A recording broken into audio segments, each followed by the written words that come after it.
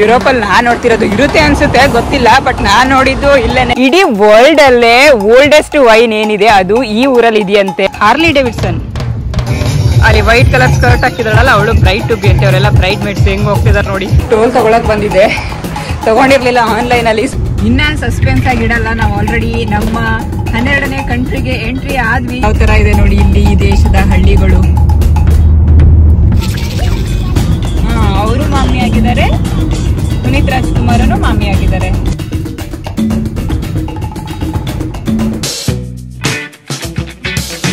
Hi hello ಎಲ್ರಿಗೂ ನಮಸ್ಕಾರ, welcome back to the channel. ನಾವು ಬೋಹಿನಿಂದ ಇವಾಗ ಮಾರಿಬೋರ್ ಅನ್ನೋ ಊರಿಗೆ ಬಂದ್ವಿ. ಹೋಟೆಲ್ ಟಾಬೋರ್ ಅನ್ನೋದನ್ನ ಬುಕ್ ಮಾಡಿದ್ವಿ. ಏನಕ್ಕೆ ಅಂತ ಆಮೇಲೆ ಹೇಳ್ತೀನಿ. ಬನ್ನಿ, ಇವಾಗ ಲಗೇಜ್ ಇದೆ ಕೈಯಲ್ಲಿ, ಲಗೇಜ್ನ ಒಳಗಡೆ ಇಟ್ಟು ಆಮೇಲೆ ಹೋಟೆಲ್ ಹೇಗಿದೆ ಅಂತ ನೋಡೋಣ ಬನ್ನಿ. ನೋಡಿ ಇಲ್ಲಿ ಹೋಟೆಲ್ ಎಂಟ್ರೆನ್ಸ್ ಅಲ್ಲಿ ಹೇಗೆ ಗ್ರೇಪ್ಸ್ ಹಾಕಿದ್ದಾರೆ ಅಂತೇಳಿ, ಎಷ್ಟು ಬಿಟ್ಟಿದೆ. ಸೊ ಇಷ್ಟೊಂದು ಬಿಟ್ಟಿರೋದನ್ನ ನಾನು ಕೂಡ ಫಸ್ಟ್ ಟೈಮ್ ನೋಡ್ತಿರೋದು. ಈ ಕಡೆ ಎಲ್ಲ ಹಣ್ಣಾಗಿಲ್ಲ ಫುಲ್, ಆದ್ರೂ ಎಷ್ಟು ಚೆನ್ನಾಗಿ ಕಾಣಿಸ್ತಿದೆಯಲ್ಲ.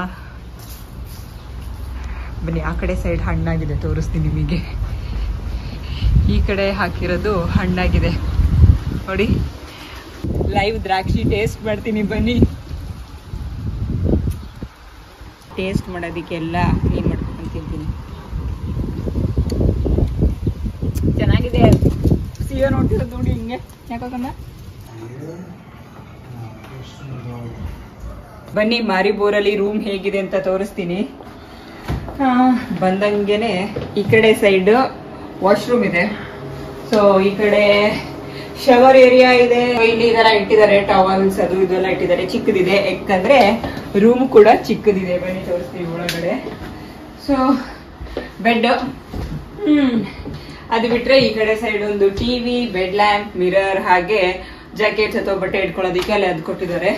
ಮಾರಿಬೋರಲ್ಲಿ ಏನಕ್ಕೆ ನಾವು ಹೋಟೆಲ್ ಮಾಡ್ಕೊಂಡ್ವಿ ಅಂತ ಹೇಳಿದ್ರೆ, ಇವತ್ತು ರೆಸ್ಟ್ ಮಾಡೋದಿಕ್ಕೆ. ಯಾಕಂದ್ರೆ ನಾಳೆ ನಾವು ಇಲ್ಲಿಂದ ನಮ್ಮ 12ನೇ ಕಂಟ್ರಿಗೆ ಟ್ರಾವೆಲ್ ಮಾಡ್ತಾ ಇದೀವಿ. ಸೊ ಗೆಸ್ ಮಾಡ್ತಾ ಇರಿ ಯಾವ ಕಂಟ್ರಿ ಇರ್ಬೋದು ಅಂತ ಹೇಳಿ. ನಾಳೆ ನಿಮ್ಮನ್ನ ಮತ್ತೊಂದು ಕಂಟ್ರಿಗೆ ಕರ್ಕೊಂಡು ಹೋಗ್ತೀವಿ ನಾವು.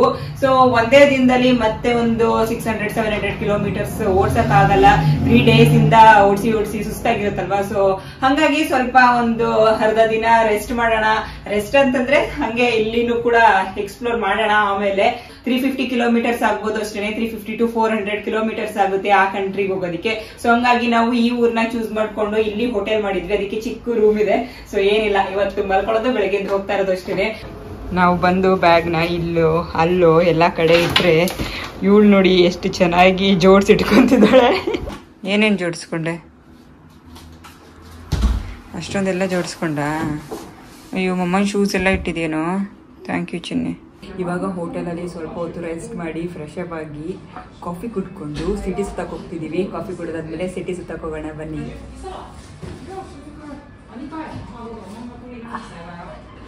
Much needed.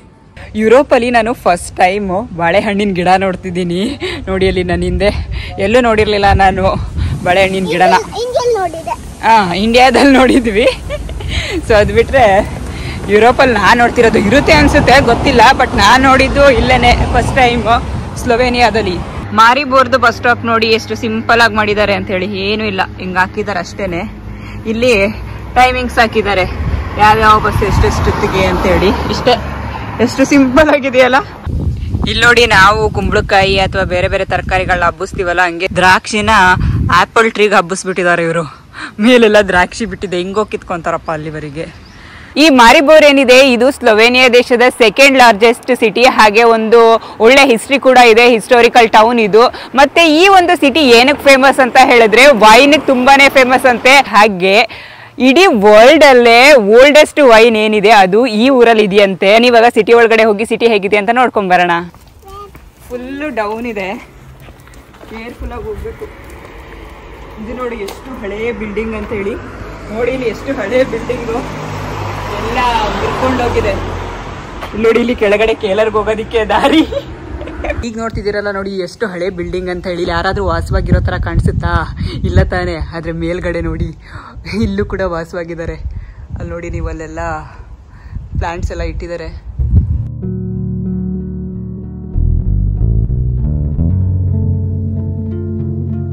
ನನಗೆ ಸ್ಲೋವೇನಿಯಾ ದೇಶದಲ್ಲಿ ಇಂಟ್ರೆಸ್ಟಿಂಗ್ ಅನಿಸಿದ್ದು ಏನಂತ ಹೇಳಿದ್ರೆ ಇಲ್ಲಿ ಸೈಕಲ್ ಯೂಸ್ ಮಾಡೋದು.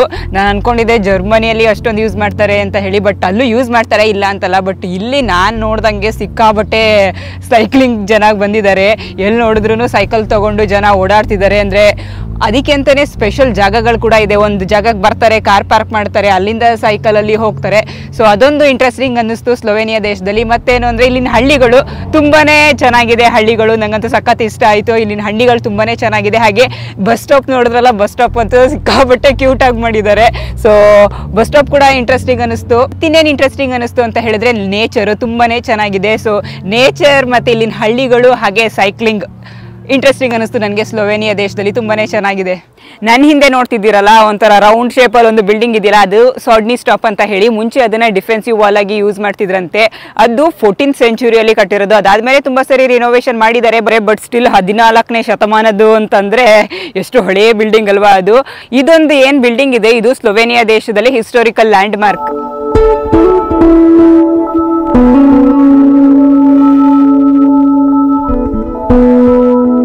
ಇಲ್ಲೇ ನೋಡಿ ಪ್ರಪಂಚದ ಓಲ್ಡೆಸ್ಟ್ ವೈನ್ ಇರೋದು. ಅದಕ್ಕೆ ಎಷ್ಟು ಚೆನ್ನಾಗಿ ದ್ರಾಕ್ಷಿ ಗಿಡ ಎಲ್ಲ ಹಾಕೊಂಡಿದ್ದಾರೆ ಅಂತ ಹೇಳಿ. ಹಾಗೆ ಕ್ಲೋಸ್ ಇದೆ, ಇದು ಹೋಗೋಣ ಅಂತ ಬಂದ್ವಿ ಬಟ್ ಕ್ಲೋಸ್ ಇದೆ. ಅಲ್ಲಿ ವೈಟ್ ಕಲರ್ ಸ್ಕರ್ಟ್ ಹಾಕಿದಾಳಲ್ಲ ಅವಳು ಬ್ರೈಡ್ ಟು ಬಿ ಅಂತ. ಅವರೆಲ್ಲ ಬ್ರೈಡ್ ಮೇಡ್ಸ್ ಹೆಂಗ್ ಹೋಗ್ತಿದಾರೆ ನೋಡಿ, ಯಾವ ತರ ಸೆಲೆಬ್ರೇಟ್ ಮಾಡ್ತಿದಾರೆ ನೋಡಿ ಇವರು. ಇಲ್ಲೇನ್ ನೋಡ್ತಿದ್ದೀರಾ, ಇದು ಇಷ್ಟೂನು ಟೇಬಲ್ ಮತ್ತೆ ಕೂತ್ಕೊಳ್ಳೋದಿಕ್ಕೆ ಮಾಡಿರೋದು. ಇವರು ಏನ್ ತಲೆ ಉಪಯೋಗಿಸಿದ್ದಾರೆ ನೋಡಿ. ಇದಕ್ಕೆ ಈ ಥರ ಹಾಕ್ಬಿಟ್ಟಿದ್ದಾರೆ, ಫಿಕ್ಸ್ ಮಾಡಿದ್ದಾರೆ. ಬೇಕು ಅಂದಾಗ ಓಪನ್ ಮಾಡ್ಕೊಳ್ಳೋದು, ಆಮೇಲೆ ಕ್ಲೋಸ್ ಇದ್ದಾಗ ಅದನ್ನ ಫುಲ್ ಅಲ್ಲಿಗೆ ಗೋಡೆಗೆ ಒರಗಿಸಿ ಇಡೋದು. ಚೆನ್ನಾಗಿದೆ ಐಡಿಯಾ.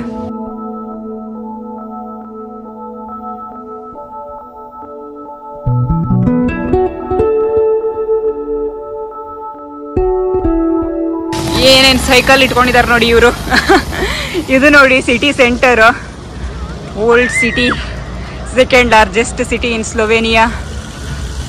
ಸೊ ಈ ತರ ಇದೆ. ಹಾಗೆ ಇಲ್ಲಿ ಮಕ್ಳಿಗೆ ಆಟ ಆಡೋದಿಕ್ಕೆ ಈ ತರ ಮಾಡಿದ್ದಾರೆ. ಸಿಯಾ ಹೋಗಿ ಆಟ ಆಡ್ತಿದ್ದಾಳೆ. ಏನ್ ನೋಡಿ ಏನಿದೆ, ಈ ಒಂದು ರೋಡು ಫುಲ್ ರೆಸ್ಟೋರೆಂಟ್ಸ್. ಆ ಕಡೆ ಸೈಡ್ ರೆಸ್ಟೋರೆಂಟ್, ಈ ಕಡೆ ಸೈಡ್ ರೆಸ್ಟೋರೆಂಟ್. ಬಿಲ್ಡಿಂಗ್ಸ್ಗಳು ಚೆನ್ನಾಗಿದೆ, ಹಳೆ ಹಳೆ ಬಿಲ್ಡಿಂಗ್ಸ್ಗಳು. ಹಾಗೆ ಹೇಗೆ ಜನ ಹಿಂಗೇನೆ ಸಮ್ಮರಲ್ಲಿ ಫುಲ್ಲು ಔಟ್ಸೈಡ್ ಕೂತ್ಕೊಂಡು ಕುಡಿಯೋಕೆ ತಿನ್ನೋದಿಕ್ಕೆ ಇಷ್ಟಪಡ್ತಾರೆ. ಇಲ್ಲೊಂದು ಬೈಕ್ ಇದೆ ನೋಡ್ಬಾ, ಮೇಲ್ಗಡೆ ಕವರ್ ಮಾಡಿದ್ರೆ ಒಂದು ಚಿಕ್ಕ ಕಾರ್ ಆಗುತ್ತೆ. ಯಾವ ಬೈಕ್ ಇದು? ಹಾರ್ಲಿ ಡೇವಿಡ್ಸನ್. ಎಷ್ಟು ದೊಡ್ಡ ಬೈಕ್ ನೋಡಿ, ಚೆನ್ನಾಗಿದೆ. ಏನೋ ಹುಡುಗಿರೆಲ್ಲ ಡ್ಯಾನ್ಸ್ ಮಾಡ್ತಿದಾರಲ್ಲ.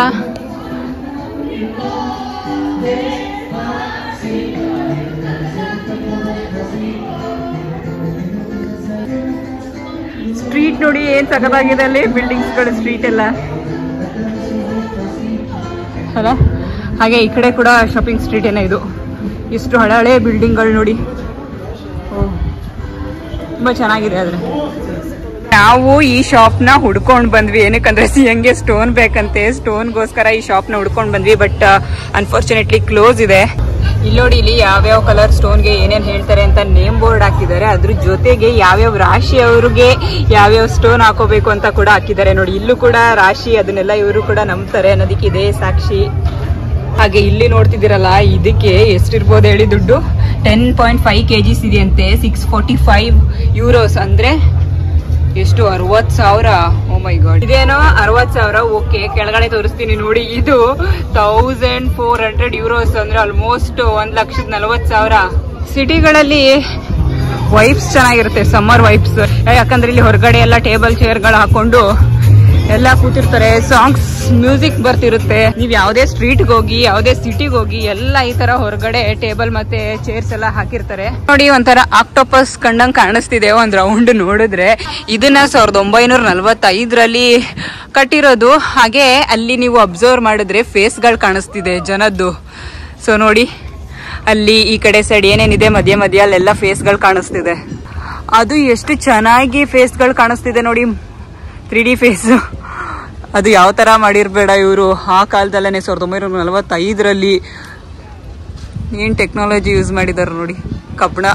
ಕಬ್ಬಣನೋ ಕಲ್ಲ ಗೊತ್ತಿಲ್ಲ, ನೋಡ್ತೀನಿ ತಡೀರಿ. ಓಹ್, ಕಬ್ಬಣದಲ್ಲಿ ಮಾಡಿರೋದು ಯಾವ ತರ ಮಾಡಿದಾರೆ ನೋಡಿ. ನನ್ನ ಹಿಂದೆ ಒಂದು ಕ್ಯಾಸಲ್ ನೋಡ್ತಿದ್ದೀರಲ್ಲ, ಅದು ಈ ಮಾರಿಬೋರ್ದು ಕ್ಯಾಸಲ್. ಹೇಗಿದೆ ನೋಡಿ, ತುಂಬಾನೇ ಸಿಂಪಲ್ ಆಗಿದೆ ಅಲ್ಲ.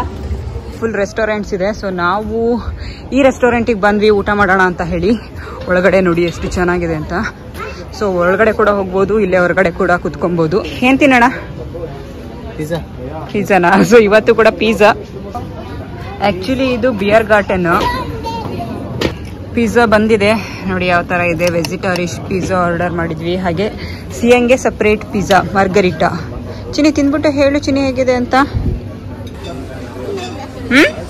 ಚೆನ್ನಾಗಿದೆಯಾ? Okay, thank you. ಸೊ ಇದನ್ನ ತಗೊಂಬರಕ್ಕೆ ಹೇಳಿದ್ವಿ, ಚಿಲ್ಲಿ ಹಾಕೊಂಡು ತಿನ್ನೋಣ ಅಂತೇಳಿ. ಹೇಗಿದೆ ಟೇಸ್ಟ್ ನಿನಗೆ? ಚೀಸ್ ಹೇಗಿದೆ ಅಲ್ಲ? ಸೊ ಇದರಲ್ಲಿ ಈ ಪಿಜ್ಜಾದಲ್ಲಿ ಸ್ಪೆಷಲ್ ಚೀಸ್ ಅನ್ನಿಸ್ತು ನಮಗೆ, ಯಾಕಂದ್ರೆ ಅದೊಂಥರ ಡಿಫ್ರೆಂಟ್ ಟೇಸ್ಟ್ ಕೊಡ್ತಿದೆ. ನನ್ನಿಂದೆ ನೋಡ್ತಿದ್ದೀರಲ್ಲ ಅದು ಮಾರಿಬೋರ್ ಚರ್ಚ್. ಎಷ್ಟು ಚೆನ್ನಾಗಿ ಕಟ್ಟಿದ್ದಾರೆ ನೋಡಿ, ಚಿಕ್ಕ ಚಿಕ್ಕ ಇಟ್ಕೆಲಿ ಕಟ್ಟಿದ್ದಾರೆ. ತುಂಬಾನೇ ಚೆನ್ನಾಗಿ ಕಾಣಿಸ್ತಿದೆ. ಡಿಸೈನ್ ಎಲ್ಲ ಚೆನ್ನಾಗಿದೆ, ಆರ್ಕಿಟೆಕ್ಚರ್ ಅಂತಾನೆ ಹೇಳ್ಬೋದು.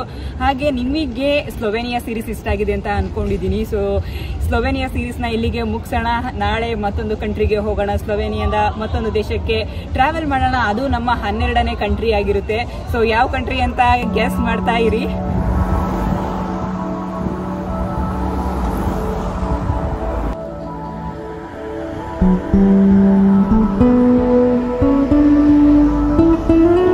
ಸೊ ಇವಾಗ ಬ್ರೇಕ್ಫಾಸ್ಟ್ ಟೈಮ್ ಆಗಿದೆ. ಹೋಟೆಲ್ ಅಲ್ಲೇ ಬ್ರೇಕ್ಫಾಸ್ಟ್ ಕೂಡ ಕಾಂಪ್ಲಿಮೆಂಟ್ರಿ ಇದೆ.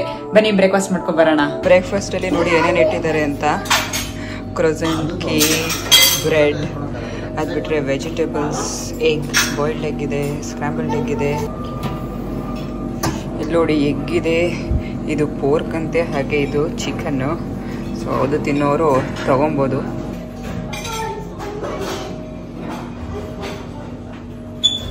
ಫ್ರೂಟ್ಸ್ ಕೂಡ ಇಟ್ಟಿದ್ದಾರೆ, ಫ್ರೂಟ್ಸ್ ಮತ್ತೆ ವೆರೈಟೀಸ್ ಆಫ್ ಜಾಮ್. ಸೊ ಇಷ್ಟೊಂದಿದೆ ನೋಡಿ, ಸಲಾಮೀಸ್. ಟೋಟಲ್ ಏರಿಯಾ ಈ ತರ ಇದೆ ನೋಡಿ. ನೀವು ಇಲ್ಲಿ ಯಾವುದೇ ಹೋಟೆಲ್ಗೆ ಹೋಗಿ ಬ್ರೇಕ್ಫಾಸ್ಟ್ಗೆ ಇದೇ ಇರುತ್ತೆ. ಇಲ್ಲ ಬ್ರೆಡ್ ಇರುತ್ತೆ, ಕ್ರೋಸೆಂಟ್ ಇರುತ್ತೆ, ಕೇಕ್ ಮತ್ತು ಫ್ರೂಟ್ಸ್. ಅದು ಬಿಟ್ಟರೆ ಮೀಟ್ ಇರುತ್ತಲ್ಲ ಇವ್ರದ್ದು, ಅದೊಂದು ಸ್ವಲ್ಪ ಇರುತ್ತೆ. ಅದು ಬಿಟ್ಟರೆ ಕೆಲಾಗ್ಸ್, ಓಟ್ಸ್ ಅದಷ್ಟೇ ಇಟ್ಟಿರ್ತಾರೆ.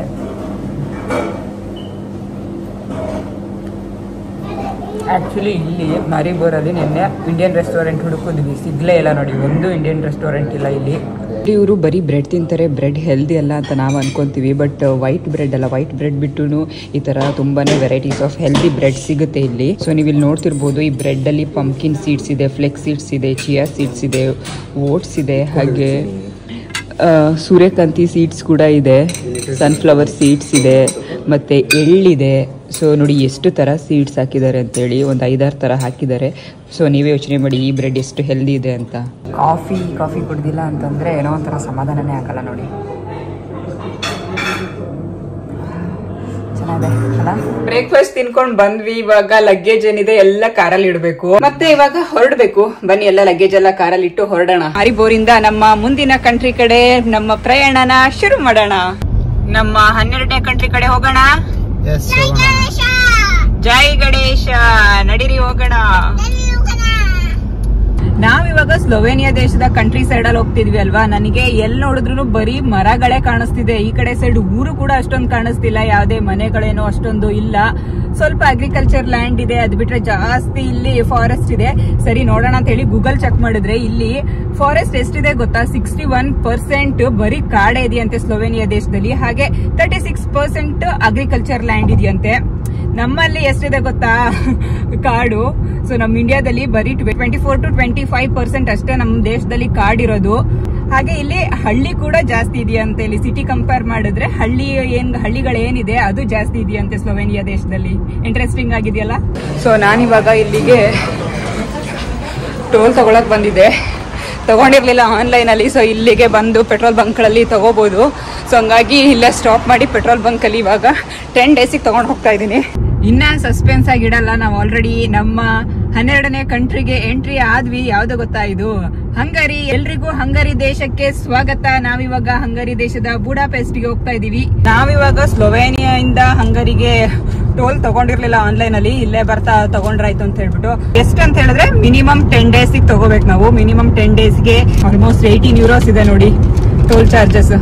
ಇಲ್ಲಂತೂ ಒಂದ್ ದೇಶದಿಂದ ಇನ್ನೊಂದ್ ದೇಶಕ್ಕೆ ಹೋಗ್ಬೇಕಾದ್ರೆ ಬಂದ್ವಾ ಇಲ್ವಾ ಏನು ಗೊತ್ತೇ ಆಗಲ್ಲ, ಸುಮ್ನೆ ಹೋಗ್ತಾ ಇರ್ತೀವಿ. ಯಾಕಂತ ಹೇಳಿದ್ರೆ ಇಲ್ಲಿ ಯಾವ ಗಾಡಿ ಚೆಕ್ ಮಾಡಲ್ಲ, ಪಾಸ್ಪೋರ್ಟ್ ಚೆಕ್ ಮಾಡಲ್ಲ, ಏನಿಲ್ಲ. ಯಾವಾಗ ಬಾರ್ಡರ್ ಕ್ರಾಸ್ ಮಾಡಿದ್ವಿ ಅಂತಾನೂ ಗೊತ್ತಾಗಲ್ಲ ನಮಗೆ. ನೋಟಿಫಿಕೇಶನ್ ಏನಾದ್ರು ಬರುತ್ತಲ್ಲ, ಈಗ ಏನೋ ರೋಮಿಂಗ್ ಸ್ಟಾರ್ಟ್ ಆಗುತ್ತೆ ಅಥವಾ ಏನಾದ್ರು ಈ ದೇಶಕ್ಕೆ ಬಂದಿದ್ದೀರಾ ಅಂತೇಳಿ, ಸೊ ಅವಾಗ ಗೊತ್ತಾಗ್ಬೇಕಷ್ಟೇನೆ ಇಲ್ಲಿ. ಇಲ್ಲ ಅಂತ ಹೇಳಿದ್ರೆ ಸುಮ್ನೆ ಕಾರಲ್ಲಿ ಡ್ರೈವ್ ಮಾಡ್ಕೊಂಡು ಹೋಗ್ತಿದ್ರೆ ಸುಮ್ನೆ ಹೋಗ್ತಾನೆ ಇರ್ತೀವಿ, ಗೊತ್ತೇ ಆಗಲ್ಲ ನೋಡಿ.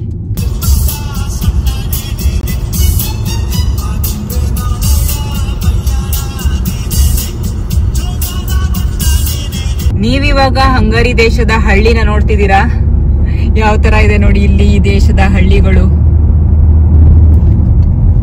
ಒಂಥರ ಡಿಫ್ರೆಂಟ್ ಆಗಿದೆಯಲ್ಲ ಇಲ್ಲಿದು.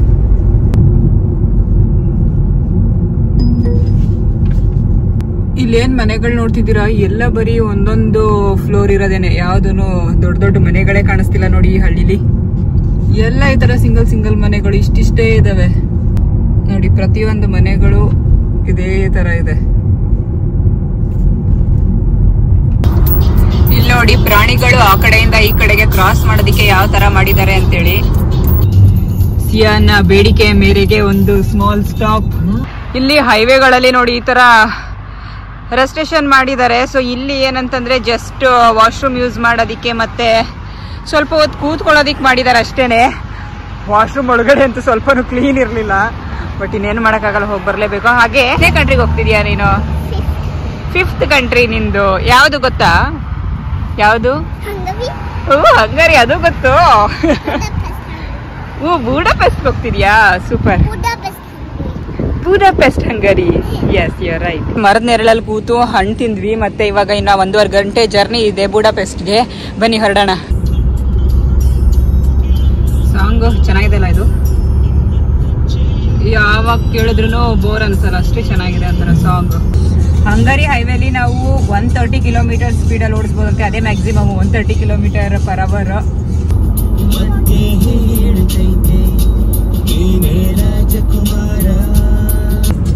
ನೀನೇ ರಾಜಕುಮಾರ.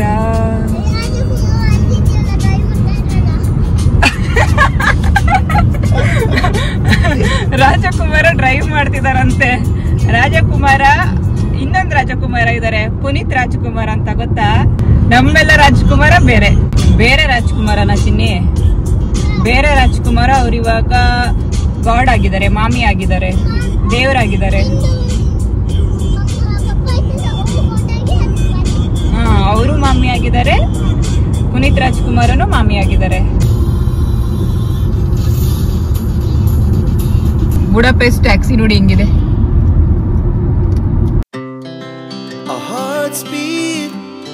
To the city streets, we began to feel the fire. We rise like tall buildings as the chemicals they take us higher. The night's young and it's just begun as she puts her hand in mine. We wanna chase the night, wanna dance to the... hotel ಹತ್ರ ಬಂದು reach ಆದ್ವಿ. Hotel ಎದುರುಗಡೆ ಈ ತರ ಇದೆ, ಎಲ್ಲ buildings ಗಳು, ಮತ್ತೆ ಎಲ್ಲೂ ಪಾರ್ಕಿಂಗ್ ಗೆ ಪ್ಲೇಸ್ ಇಲ್ಲ. ಸೊ ಅವ್ರದ್ದೇನೆ ಹೋಟೆಲ್ ಪಾರ್ಕಿಂಗ್ ಇದೆ. ಒಳಗಡೆ ಹೋಗೋದಿಕ್ಕೆ ಕೋಡ್ ಕೊಟ್ಟಿದ್ದಾರೆ. ಈ ಕೋಡ್ ನ ನಾವಿಲ್ಲಿ ಎಂಟರ್ ಮಾಡಿ ಒಳಗಡೆ ಹೋಗಿ ಪಾರ್ಕಿಂಗ್ ಮಾಡ್ಬೇಕು. ಇದಕ್ಕೆ ಎಕ್ಸ್ಟ್ರಾ ಪೇ ಮಾಡ್ಬೇಕು ನೋಡಿ. ಆ ಕೋಡ್ ಎಂಟರ್ ಮಾಡೋದಿಕ್ಕೆ ಡೋರ್ ಓಪನ್ ಆಗ್ತಾ ಇದೆ.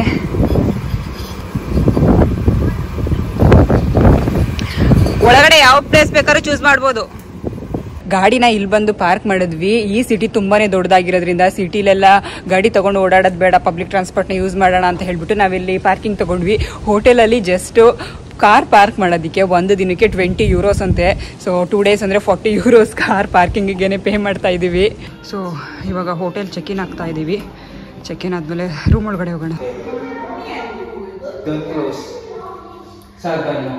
ಬನ್ನಿ, ಬುಡಾಪೆಸ್ಟ್ ಅಲ್ಲಿ ನಮ್ ರೂಮ್ ಹೇಗಿದೆ ಅಂತ ತೋರಿಸ್ತೀನಿ.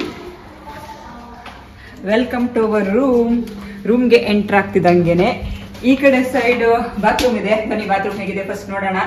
ನನ್ನ ಹಿಂದ್ಗಡೆ ಶವರ್ ಏರಿಯಾ ಇದೆ. ಹಾಗೆ ಈ ಕಡೆ ಏನ್ ನೋಡ್ತಿದ್ದೀರಾ, ಇದು ಸ್ಪೇಷಿಯಸ್ ಆಗಿದೆ ಇಲ್ಲಿ ಪ್ಲೇಸ್. ಹಾಗೆ ಬನ್ನಿ ಒಳಗಡೆ ಹೇಗಿದೆ ನೋಡೋಣ.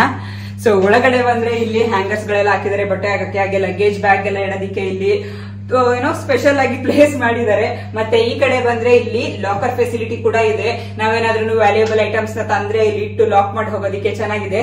ಹಾಗೆ ಮುಂದೆ ಬಂದ್ರೆ ಇಲ್ಲಿ ಒಂದು ಸ್ಮಾಲ್ ಫ್ರಿಡ್ಜ್ ಕೂಡ ಕೊಟ್ಟಿದ್ದಾರೆ. ಮತ್ತೆ ಟಿವಿ ಇದೆ. ಹಾಗೆ ಈ ಕಡೆ ಸೈಡ್ ಬಂದ್ರೆ ಬೆಡ್ ಇದೆ, ಚೆನ್ನಾಗಿದೆ ಬೆಡ್. ಮತ್ತೆ ಇಲ್ಲಿ ಹಿಂದ್ಗಡೆ ಸಿಟಿದು ಒಂದು ಪಿಕ್ಚರ್ ಹಾಕಿದ್ದಾರೆ, ನೈಟ್ ಟೈಮ್ ತೆಗೆದಿರೋದು ಪಿಕ್ಚರ್ ಹಾಕಿದ್ದಾರೆ. ಸೊ ಬನ್ನಿ ಹಾಗೆ ಮುಂದೆ ಬಂದ್ರೆ ಇಲ್ಲಿ ನಮ್ಮ ಸಿಯಾ ಇದ್ದಾಳೆ, ಸಿಯಾ ಕೂತಿದ್ದಾಳೆ. ಇಲ್ಲೊಂದು ಸೆಸಲ್ ಇಟ್ಟಿದ್ದಾರೆ ಚೇರ್. ಮತ್ತೆ ಈ ಕಡೆ ಸೈಡ್ ಬಂದ್ರೆ ಇದು ಬೆಡ್ ಕಮ್ ಸೋಫಾ. ಬೆಡ್ ತರ ಬೇಕಾದ್ರೂ ಮಾಡ್ಕೋಬಹುದು, ಸೋಫಾ ತರ ಬೇಕಾದ್ರೂ ಮಾಡ್ಕೋಬಹುದು. 4 ಜನ ಫ್ಯಾಮಿಲಿಯಿಂದ ಬಂದ್ರೆ ಒಂದೇ ರೂಮ್ ಅಲ್ಲಿ ಇರ್ತಾರಲ್ಲ, ಸೊ ಅವಾಗ ಇಲ್ಲಿಬ್ರು ಮಾಡ್ಕೋಬಹುದು. ಈ ತರ ಮಾಡ್ಕೊಂಡು ಅಂತ ಹೇಳಿ ಇದಿಟ್ಟಿದ್ದಾರೆ. ಹಾಗೆ ನೋಡಿದ್ರಲ್ಲ ರೂಮ್ ಹೇಗಿದೆ ಅಂತ ಹೇಳಿ. ಸೊ ಬನ್ನಿ ಈ ರೂಮ್ ಇಂದ ವ್ಯೂ ಹೇಗಿದೆ, ಹೇಗ್ ಕಾಣಿಸುತ್ತೆ ಅಂತ ತೋರಿಸ್ತೀನಿ. ವ್ಯೂ ನೋಡಿ ರೂಮ್ ಇಂದ ಹೇಗಿದೆ ಅಂತ ಹೇಳಿ. ಗಾಳಿ ಇದೆ, ಸಖತ್ ಗಾಳಿ ಇದೆ, ಕೇಳಿಸುತ್ತಾ ಇಲ್ವಾ ಗೊತ್ತಿಲ್ಲ. ಬಟ್ ಬಿಲ್ಡಿಂಗ್ಸ್ ನೋಡಿ ಹೇಗಿದೆ, ಎಲ್ಲ ಹಳೇ ಕಾಲದ ಬಿಲ್ಡಿಂಗ್ಗಳು. ಆರ್ಕಿಟೆಕ್ಚರ್ ಮಾತ್ರ ತುಂಬಾನೇ ಚೆನ್ನಾಗಿದೆ. ಕಾರ್ಗಳು ನೋಡಿ ಹೇಗ್ ನಿಂತಿದೆ. ಇಲ್ಲಿ ಬಿಗ್ ಮಿರರ್ ಕೊಟ್ಟಿದ್ದಾರೆ, ರೆಡಿ ಆದ್ಮೇಲೆ ನೋಡ್ಕೊಳ್ಳೋದಕ್ಕೆ ಚೆನ್ನಾಗಿದೆ ನೋಡಿ.